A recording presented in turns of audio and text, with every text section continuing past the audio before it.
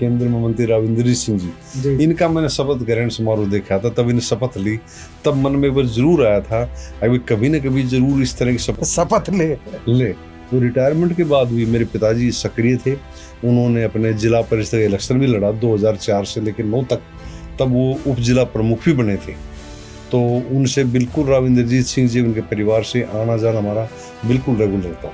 हमारी जो स्वास्थ्य मंत्री महोदय, हमारी बहन आरती राव जी, तो खुद स्वास्थ्य महकमा संभाल लिए, तो कभी भी हेल्थ सेक्टर में कभी भी मेरे को इन सेवा सेवाओं में काम काज में दिक्कत नहीं आती। रेवाड़ी जिले में क्योंकि मेरा पैतृक जिला था, तो कभी भी कोई भी चैलेंज नहीं है। उसके बाद मैंने 7 जिलों में जॉब की, मेरी अब तक टचवुड किसी जिले में आज तक ऑन रिकॉर्ड कोई भी शिकायत दर्ज नहीं। मुझे किसी भी जिले में कोई भी पॉलिटिकल प्रेशर नहीं आया, न ही किसी ने। एक की बजाय दूसरे डॉक्टर को भारतीय जनता पार्टी ने चुनाव मैदान में उतारा, तो आप जो दूसरे डॉक्टर साहब थे, जो पहले के विधायक थे, मंत्री रहे, उनकी शुभकामनाएं लेने के लिए उनके पास गए आपने सहयोग मांगा कभी?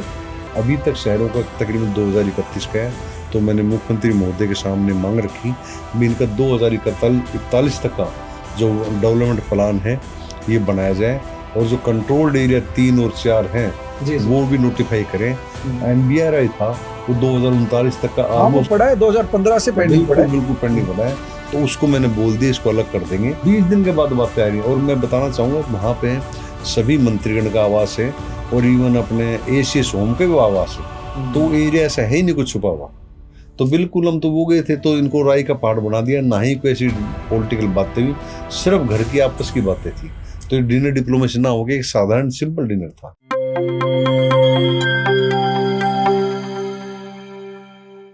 प्यारे दोस्तों, सादर अभिवादन। मैं हूं महेश कुमार वैद्य और आप देख रहे हैं NJP हरियाणा। दोस्तों, पॉडकास्ट में आज हमारे साथ खास मेहमान हैं डॉक्टर कृष्ण कुमार। बावल से विधायक हैं, और विधायक से भी ज़्यादा इस पूरे क्षेत्र में स्वास्थ्य विभाग में अपनी सेवाओं के कारण चर्चित रहे हैं। अलग अलग जिलों में सिविल सर्जन के रूप में अपनी सेवाएं दी है। रेवाड़ी में भी लंबे समय तक बतौर सिविल सर्जन इन्होंने काम किया है। आज इनसे अलग अलग विषयों पर बात करेंगे, इनकी राजनीति पर भी बात करेंगे, लेकिन पारिवारिक की भी बात करेंगे, समाज की भी बात करेंगे। डॉक्टर कृष्ण कुमार, सबसे पहले तो NJP हरियाणा के स्टूडियो में आपका स्वागत है। धन्यवाद। मैं तो सीधा हम बात करते हैं। हमारे दर्शकों को पता है आप सिविल सर्जन हैं, पहले रहे हैं, और उसके बाद में अब विधायक हैं। हमारे दर्शकों को ये नहीं पता आपके बारे में कि डॉक्टर कृष्ण कुमार का बचपन कहाँ बीता, किन गलियों में खेले बड़े, कहाँ प्राइमरी एजुकेशन हुई, तो थोड़ा सा अपने बारे में बताएं सबसे पहले। सबसे पहले जी वैद्य जी, मैं आपका धन्यवाद करना चाहूँगा कि आपने मुझे NJP चैनल में आपने बुलाया और मुझे मौका दिया। तो मैं अपना जीवन परिचय बताना चाहूँगा कि बचपन में मेरा जो था, गांव मेरा बठेड़ा है, जो कि कोसली विधानसभा के क्षेत्र के अंदर आता है। तो मेरी प्राइमरी एजुकेशन मेरे अपने गांव बठेड़ा में ही थी। उसके बाद मैंने मिडिल पास की अपने मुंदी जो गांव है हमारे पड़ोस में, उससे की, नांगल मुंदी। हाँ जी, नांगल मुंदी। और उसके बाद जो यहाँ पे सैनी हाई स्कूल रेवाड़ी है, उसमें मैंने 10th की पास की। और उसके बाद मेरी जो कॉलेज की एजुकेशन थी वो मेरा सैनी हाई स्कूल से मैंने मेडिकल की +2 की परीक्षा पास की, और मैंने मेडिकल कॉलेज रोहतक से MBBS की, और PGMS रोहतक से MS ENT की मास्टर डिग्री की। तो मास्टर डिग्री की, तो आपका ये हो गया सफर। तो उसके बाद में गवर्नमेंट जॉब में कब आना हुआ जो आपका? तो मैंने 1993 में 5 जुलाई को बतौर मेडिकल अफसर सोना के पास एक प्राथमिक स्वास्थ्य केंद्र है घंगोला, उसमें मैंने ज्वाइन की। तो बड़ी याददाश्त है आपको, जो पहली ज्वाइनिंग थी जो आपकी, जो तो वहां पर सेवाएं दी, और उसके बाद में आपकी प्रमोशन होते होते आप सिविल सर्जन तक जी। जब तक आप जॉब में थे, उसके बाद में आपकी लास्ट नियुक्ति कौन सी थी? मेरी आखिरी नियुक्ति एज ए निदेशक स्वास्थ्य सेवा हरियाणा, यानी डायरेक्टर हेल्थ सर्विसेज हरियाणा। तो मैं निदेशक के पद पे पिछले अगस्त माह में मैं 5 तारीख को मैं ज्वाइन कर लिया था, और मुझे भारतीय जनता पार्टी ने 10 सितंबर 2024 को चुनाव का टिकट दे दिया। टिकट पर तो बाद में आएंगे, पहले ये बताइए आपकी लाइफ में पार्टनर कब आई, और पारिवारिक पृष्ठभूमि क्या रही, कब शादी हुई MBBS करने के बाद, और उनके बारे में भी थोड़ा सा बताइए, बच्चों के बारे में बताइए, पता लगे लोगों को।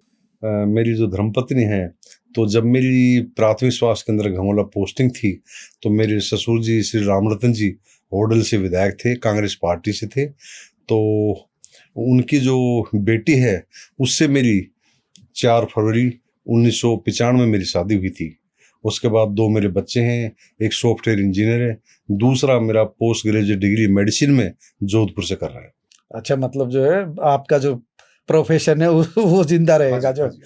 तो मरीज अभी भी आ जाते हैं आपके साथ?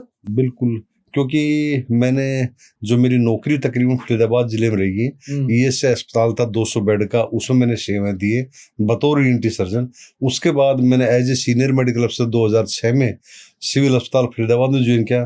तो वहाँ भी मैं एडमिनिस्ट्रेशन के साथ साथ ईएनटी जैसे मेरी स्पेशलिटी है उसके भी काम में अपने रुचि लेता था और मैं करता था। और मैं आपको बताना चाहूँगा 2008-9 में हमारी अनुराधा गुप्ता होती थी प्रिंसिपल सेक्रेटरी हेल्थ, उन्होंने मुझे 3 महीने का जो हमारा काम था सर्जरी का और मेरी ओपीडी की सेवाएं देखते तो उन्होंने मुझे बेस्ट ईएनटी सर्जन के लिए उन्होंने मेरे को एप्रिसिएशन सर्टिफिकेट भी दिया था।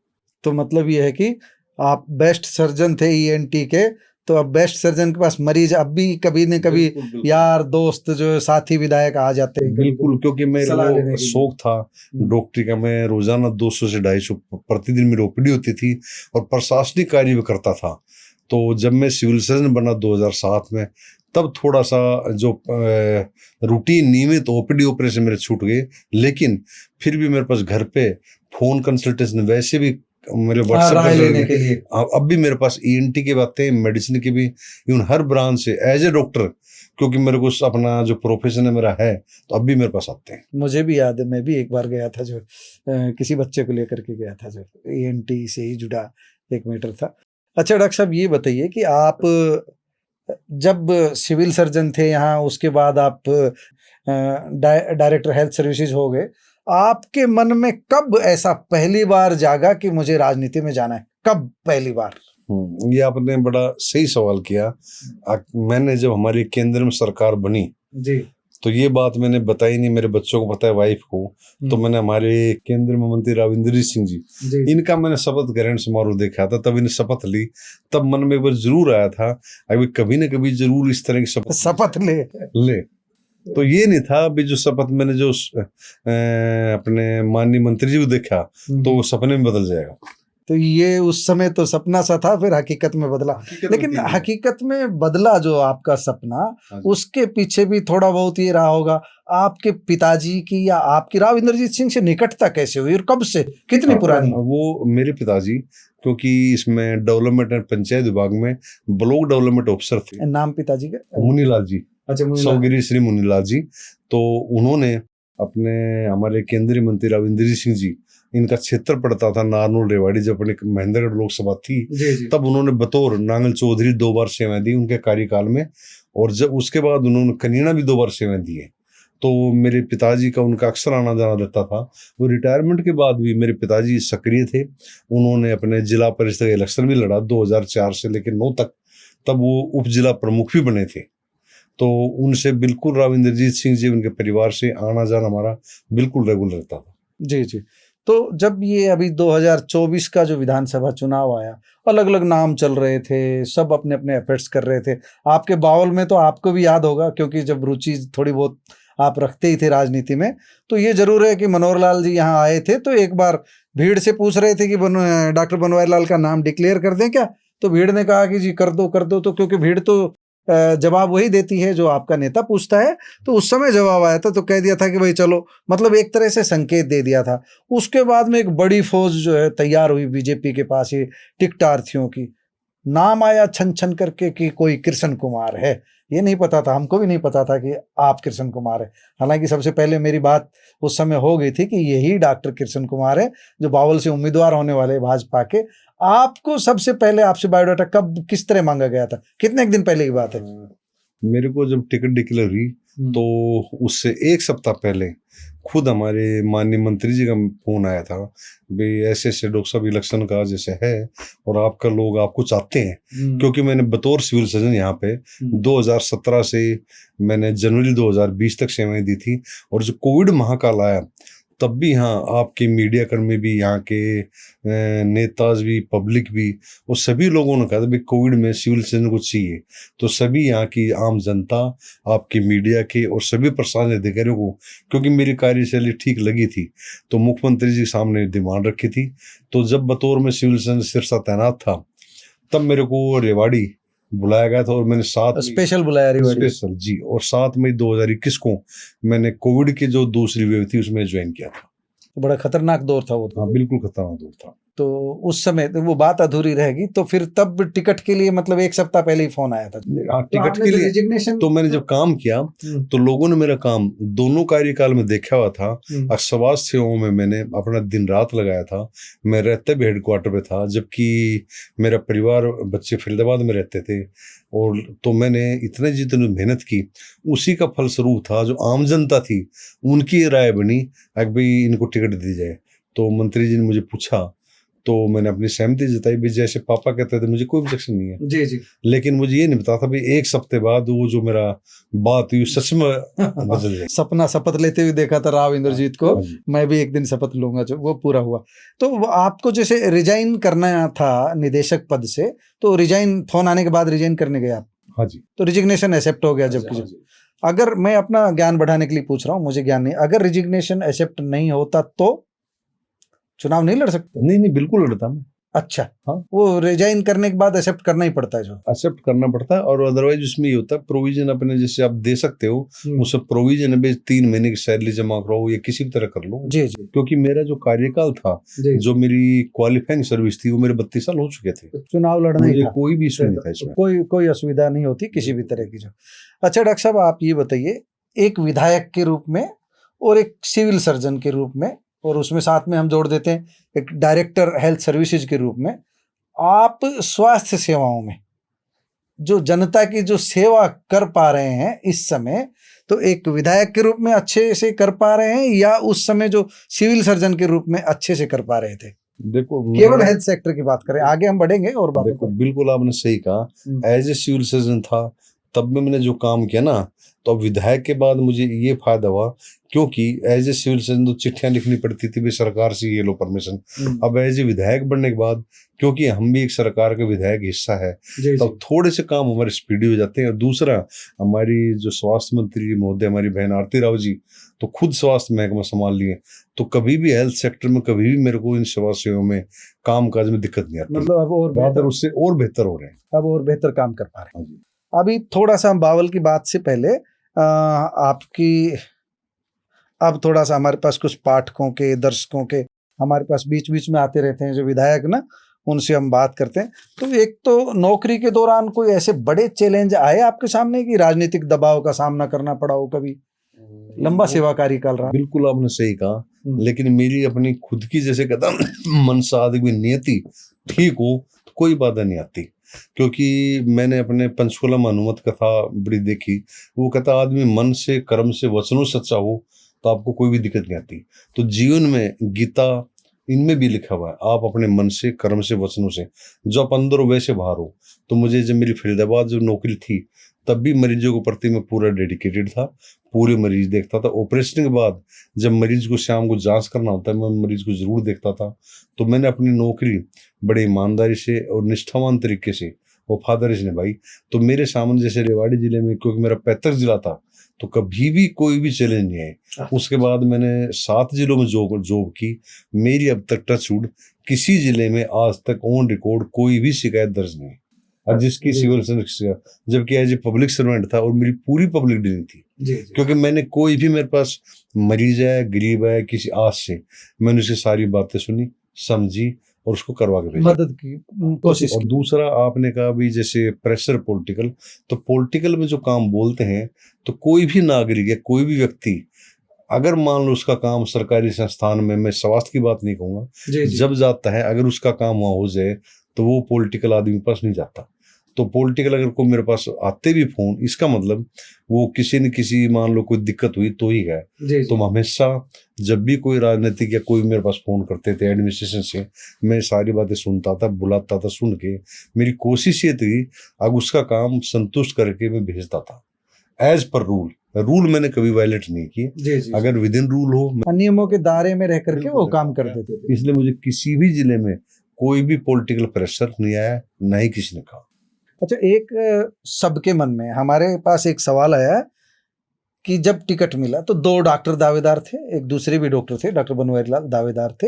एक की बजाय दूसरे डॉक्टर को भारतीय जनता पार्टी ने चुनाव मैदान में उतारा, तो आप जो दूसरे डॉक्टर साहब थे, जो पहले के विधायक थे, मंत्री रहे हैं, उनकी शुभकामनाएं लेने के लिए उनके पास गए आप? आपने सहयोग मांगा कभी?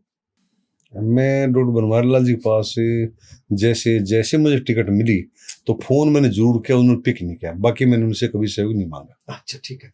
अब बावल पर आते हैं। आप बावल के जनप्रतिनिधि हैं, बावल के एमएलए हैं।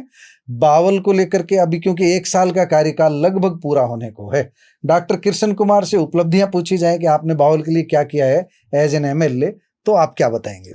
इसके लिए मैं बताना चाहूंगा, क्योंकि हमारा जो विधानसभा सत्र था, जो कि मार्च में था, बजट सत्र, उसमें तो बजट सत्र में हमारे को शून्यकाल होते हैं और उसके बाद हमारी जो डिमांड्स भी होती हैं, तो मुझे 2 बार विधानसभा में बोलने का मौका मिला।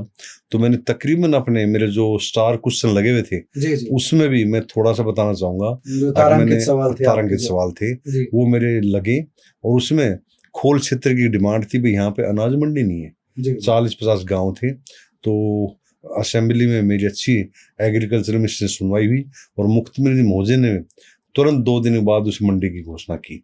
उसके बाद साथ साथ मनेठी उप तहसील थी जो कि काफी सालों से पेंडिंग थी, उसका बिल्डिंग का इशू था, वो भी कर दी। और फिर एक वहाँ पे कॉलेज की डिमांड थी, उसकी भी उन लोगों ने उसकी दोबारा से कहा भी इसके हम दोबारा फिजिबिलिटी चेक करवा लेते हैं। तो महाविद्यालय खोलने के लिए भी उन्होंने करवा के बोला वो भी हम जल्दी आप पूरा करेंगे, अभी प्रोसेस में है वो। हाँ। और उसके बाद मैंने बाउल क्षेत्र की जितनी भी तकरीबन डिमांडें रखी, ऑलमोस्ट मेरी हर चीज सुनी गई। और करीब मुख्यमंत्री महोदय ने जो मेरा बजट सेशन था उसमें आपने सुना होगा, जैसे मानेसर और बाउल में जो गरीबों के लिए डोरमेंट्री फ्लैट्स, इस तरह की ESI अस्पताल की सुविधा, तो तकरीबन काफी घोषणाएं कर दी। और मैंने कुछ मेरे अंतरंगित क्वेश्चन थे, जैसे बाउल का बाईपास, उसके बाद बाउल प्राणपुर रोड की वाइडनिंग थी, जितनी चिट्ठी दी तो सारे सवालों उस पर कार्य शुरू हुआ। और एक बड़ा प्रोजेक्ट था, एक मेरे पास टांकड़ी, राजगढ़, धारण, खंडोड़ा, पेयजल की बड़ी समस्या थी और इरिगेशन वाटर, वो भी मेरा तारांकित सवाल था। तो उसकी भी हमारे जो irrigation ministry Shruti Chaudhary ma'am, उन्होंने इस बात को बड़े संज्ञान में लिया, तुरंत उसका एस्टिमेट बनाया और बड़े थोड़े समय में उन्होंने उस बजट की बता दिया भी 38.78 करोड़ रुपए का बजट एस्टिमेट बना के उस कार्य पे शुरू किया, जो कि बहुत बड़ी उपलब्धि थी। 30-40 साल लोगों उसकी डिमांड, मतलब पानी पहुंचेगा। हाँ जी। तो डॉक्टर साहब, ये तो आपने अब तक 1 साल के कार्यकाल, अगर हम कोई भी आदमी आता है, एमएलए बनता है, फुटप्रिंट छोड़ना चाहता है, डॉक्टर कृष्ण कुमार क्या चाहेंगे? उनके बावल कैसा हो भविष्य का, बावल को लेकर के उनके मन में क्या विजन है, क्या दृष्टिकोण है कि कैसा बावल हो फ्यूचर का, किस तरह का बावल आप देखना चाहते हैं, क्या मन में है, क्या विकास योजनाएं आपके मन में चल रही है, वो क्या है? आपने बिल्कुल सही है, क्योंकि जैसा आपने मेरे सवाल किया था भी आज बतौर सिविल सर्जन, क्योंकि मैंने एज ए सिविल सर्जन जिले का पूरा काम देखा हुआ और एज ए निदेशक पूरा हरियाणा देखा हुआ है, तो मेरा विजन उसी हिसाब से सेट है। क्योंकि बाउल तो एक छोटा सा मतलब कस्बा और रादर छोटा सा एरिया है, तो जिले पे काम करने के बाद तो मुझे इस तरह की कोई विजन में समस्या नहीं आई। तो मैं मोटा मोटा बताना चाहूँगा आगे से मैं, क्योंकि इंडस्ट्रियल एरिया है, तो मैंने इंडस्ट्रियल एरिया के जैसे सबसे पहले तो मुख्यमंत्री मोदी के सामने रखी भी इसका जो डेवलपमेंट प्लान है, यानी विकसित प्लान, वो जरूर किया जाए।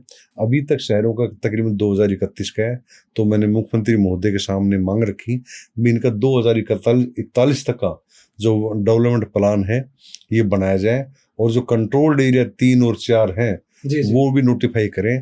तो डेवलपमेंट प्लान बनने के बाद इस एरिया में क्या होगा, इलीगल कॉलोनाइजेशन नहीं होगी, और जो इंडस्ट्रियल है उसमें इनके लिए रहने की जगह, आवास, गरीबों के लिए ट्रांसपोर्ट, रेल, मार्केट, हर चीज ईयर मार्क होगी, स्कूल, डिस्पेंसरी। तो बेसिकली अगर वो डेवलपमेंट प्लान बन जाएगा 2041 तक, तो बाउल शहर में जितनी बड़ी कंपनियां काफी हैं, इंटरनेशनल, नेशनल, वो भी आएंगी। उसके बाद जितने बड़े बड़े प्रोजेक्ट हैं जो कि क्योंकि दिल्ली, फरीदाबाद, गुड़गांव कंजेशन जो आना चाहेंगे उसमें नए आयाम लगेंगे और भी बाउल विकसित होगा। तो मेरा एक सपना है अगर इसका जल्दी डेवलपमेंट प्लान मंजूर हो और सारा जो प्रोजेक्ट बने, जैसे आपने सुना होगा चंडीगढ़ आज भी कंजेशन नहीं है, इस तरह का एक योजनाबद्ध तरीके से बने, 2041 का अच्छा ड्राफ्ट तैयार हो और ऐसा बने जिसमें हर चीज भाई इसमें यहाँ पे ट्रांसपोर्ट, ये अनाज मंडी, ये सब्जी मंडी, स्कूल, और ये अपने जो भी चीज़ है, जैसे कॉलेज होगी और उसके बाद आपका मार्केट होगा, आपका ये चीज़ होगी, यानी सब चीज़ इन्हें प्लान मैनर हो, तो ताकि लोगों के विकास में दिक्कत ना आए। और हमारे जो इंडस्ट्रियलिस्ट हैं उनके लिए रेजिडेंशियल प्लॉट हो, इंडस्ट्रियल अलग जगह हो, जी जी सब कुछ हो जी उसी पैटर्न पे। तो मेरा सपना है जैसे चंडीगढ़ जैसा खूबसूरत शहर हो, प्लांट सिटी हो, और जैसे नई दिल्ली हो, इस तरह प्लांट वे में बने, ताकि लोगों को मूलभूत सुविधाएं मिलें। अनियोजित विकास ना हो और सुनियोजित विकास हो जो। तो अभी हम आपने बात की बावल की 2041 की, अभी हम अगर तथ्यों पर जाएं तो अभी तक बावल और रेवाड़ी जिले में 4 हैं जिनके मास्टर प्लान जो है अभी तक ड्राफ्ट में है और फाइनल हुए हैं। एक रेवाड़ी और धारवेड़ा का तो फाइनल हो गया 2031 तक का। एक महत्वपूर्ण है बावल और MBIR। MBIR है यहाँ पर बहुत पुराना 36-37 लाख की आबादी की परिकल्पना करके किया गया था, लेकिन वो भी पेंडिंग पड़ा है और बावल का भी पेंडिंग पड़ा है। तो MBIR में मानेसर बावल इन्वेस्टमेंट रीजन, उसमें नाम मानेसर आ रहा है, लेकिन वो रेवेन्यू स्टेट जो है राजस्व सीमा सारी रेवाड़ी जिले की है, तो वो भी पेंडिंग है, ड्राफ्ट में चल रहा है काम, और ड्राफ्ट में कोई परमिशन मिलती नहीं है, फाइनल नहीं हुआ है। बावल का भी फाइनल नहीं हुआ है, इसलिए विकास रुका हुआ है। वहाँ ना तो कोई दीनदयाल आवास योजना जा सकती है, ना कोई दूसरी। तो अब जो आप 2041 का बनवाएंगे वो ड्राफ्ट ही रहेगा या उसको फाइनल तक पहुंचाएंगे? ये आपने बिल्कुल सवाल, इसके मैं आपको बताना चाहूँगा। कल ही मेरी चीफ सेक्रेटरी महोदय उनकी अध्यक्षता में मीटिंग हुई, जिसमें मुझे एज ए स्पेशल इन्वाइटी बुलाया गया था, क्योंकि मैंने मुख्यमंत्री महोदय के समक्ष मुद्दा रखा था। अभी डेवलपमेंट प्लान है, इसमें कंट्रोल डे 1, 2, 3, 4 है। 1, 2 तो नोटिफाई हो गया, और 3rd, 4 जो धारवाड़ बावल का था नोटिफाई नहीं हुआ था। और क्योंकि सिर्फ 6 साल शेष रह गए थे, तो 6 में इतना ज़्यादा नहीं हो सकती चीज़ें। तो जैसा आपने बताया, तो 3 तरह के प्रोजेक्ट थे। एक तो MBR Manesar Bawal investment region, वो था ड्राफ्ट 2039 तक का। दूसरा एक स्टेट प्लान था और एक डिस्ट्रिक्ट प्लान था। तो इन तीनों में इश्यू था, अगर स्टेट प्लान का हम साथ लेते तो किसी भी जगह जिले में इच्छा आता तो ये रुक जाता। और MBRI में क्योंकि मानेसर अलग जिला हो गए, सारी चीजें अलग है, तो उसमें 39 तक का था। उसका मैंने सजेस्ट ये क्या सुझाव दिया चीफ सेक्रेटरी महोदय को, अब उसका एजिटेड ड्राफ्ट को मानेसर अलग करके बावल का निकाल के इसको सिंगल किया जाए। और ऐसे ही बावल के साथ रेवाड़ी धारोड़ ले लो, उसमें कोई इशू नहीं। तो इनका इंडिपेंडेंट करोगे तो किसी भी तरह घिस नहीं आई। तो प्रिंसिपल महोदय ने अभी उन्होंने कहा इस वर्क कर लेते हैं। तो तीनों ड्राफ्ट मैंने खुद भी कल मीटिंग में मतलब अच्छा निकल करके आएगा, जो रेवाड़ी डिस्ट्रिक्ट का जो प्लान आएगा भविष्य का वो अच्छा आएगा और फाइनल आएगा। ये तो आपकी बात सही थी।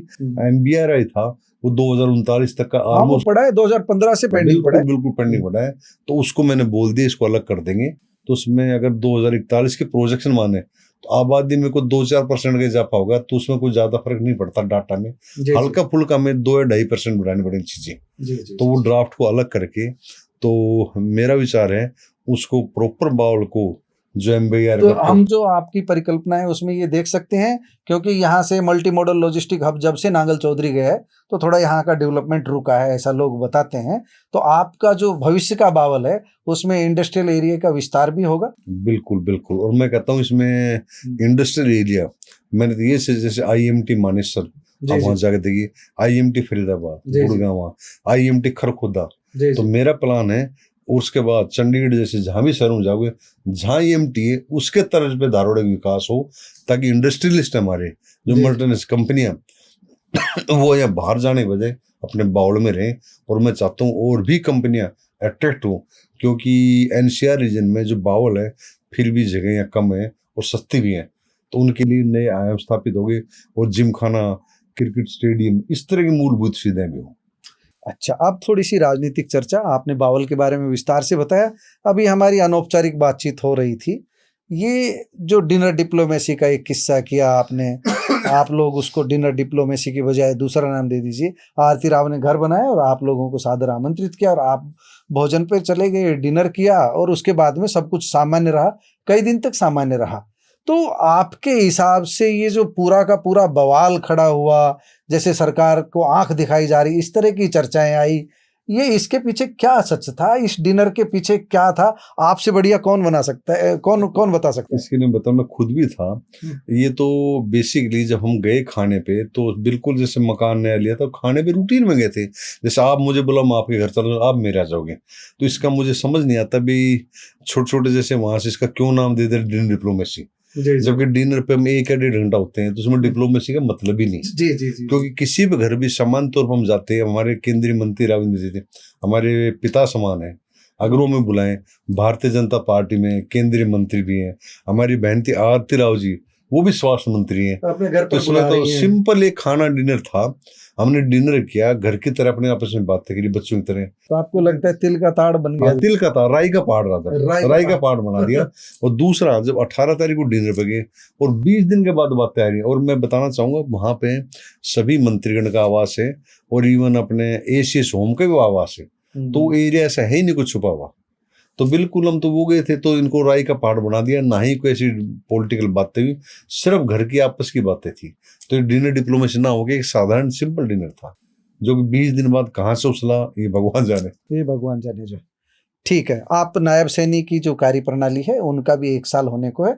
आप बावल के विधायक के रूप में नहीं, हम आपको समग्र पूरे डिस्ट्रिक्ट को लेकर के जो आपसे सवाल करें, रेवाड़ी के विकास के लिए नायब सैनी सरकार से, क्योंकि 2 बड़ी परियोजनाएं हैं, एक आपके क्षेत्र में एम्स जिस पर फ्लाईओवर बनाने की मांग राव इंद्रजीत ने भी उठाई थी, उसको लेकर के भी आप अपना जो बताएं कि वो फ्लाईओवर कब तक बनेगा, और दूसरा आप सिविल सर्जन रहे हैं, 200 बेड का अस्पताल बनना है बावल में, आज इस पर चर्चा भी हुई थी, आप सुन भी रहे थे, हेल्थ मिनिस्टर आरती सिंह राव साथ भी थी। आप दोनों के लिए क्या सुझाव देते हैं? एम्स वाले के लिए भी वो आपके अपने विधानसभा क्षेत्र में है, और दूसरा जो है 200 बेड का जो डिस्ट्रिक्ट हेडक्वार्टर पे बनना है, जो अस्पताल बनना है, उसको लेकर। उसके लिए दोनों बारे में बताना चाहूंगा। उसमें जो पुल का निर्माण है, उसमें कुछ रेलवे लाइन का जो इश्यूज है, तो वो भी शायद जल्दी सोल्व हो जाएगा। दूसरा, उसमें कोई ज्यादा बाधाएं नहीं है। और दूसरा, जिस अस्पताल का होता है, मेरे टाइम 2018 में 200 बेड सैंक्शन हुई थी, क्योंकि रेवाड़ी छोटा जिला है और चारों तरफ लाइन है, रेलवे जंक्शन सबसे बड़ा है, पटौदी साइड जाए रेलवे लाइन है, इधर जगह नहीं है, पुलिस लाइन बन गई, तो मैंने अपने टाइम में एक्सप्लोर कर दी। अभी 3-4 जगह जो एक्सप्लोर हुई है, तो सरकार के अपने जो अस्पताल बनाने के 200 बेड के, 100 बेड के, 50 के सारे नॉर्म, इतना क्षेत्रफल, ये जगह और इतना दूर, यानी जो भी अस्पताल होगा वो पब्लिक के, आम के असेस होगा, आम लोगों की पहुंच जहां सबसे ज्यादा हो, हाँ, वो बनेगा। तो इसकी जो सरकार की जो पॉलिसी है, उसके साथ ही इसकी फिजिबिलिटी चेक करवा के उसी हिसाब से बनेगा। इसका ऐसा नहीं भी कोई किसी ग्रामीण क्षेत्र में लोग कहीं से बन जाएगा। जी। दोस्तों, आपने डॉक्टर कृष्ण कुमार को सुना, एक एक सवाल का इन्होंने बेबाकी से जवाब दिया है, साफ गोई से जवाब दिया है, अपना बावल को लेकर के क्या चल रहा है वो भी बताया है, और बावल के भविष्य को लेकर के इनकी क्या योजना है वो भी बताई है। सबसे बड़ी इनकी उम्मीद ये है कि हम बावल को सुनियोजित शहर के रूप में विकसित करें। इसके लिए सबसे ज़रूरी है फाइनल मास्टर प्लान तैयार होना। अभी बावल का जो प्लान है वह ड्राफ्ट प्लान है, उसके आधार पर कोई योजना नहीं चल रही है। फाइनल मास्टर प्लान जिस दिन तैयार होगा उस दिन बावल तेज गति से आगे बढ़ेगा। इन्होंने अस्पताल से संबंधित जवाब भी दिए, एम्स को लेकर के भी बता दिया है कि निकट भविष्य में फ्लाईओवर भी बनेगा और एम्स तक पहुंचने की ईजी अप्रोच रहेगी। आपका बहुत बहुत धन्यवाद डॉक्टर कृष्ण कुमार। धन्यवाद।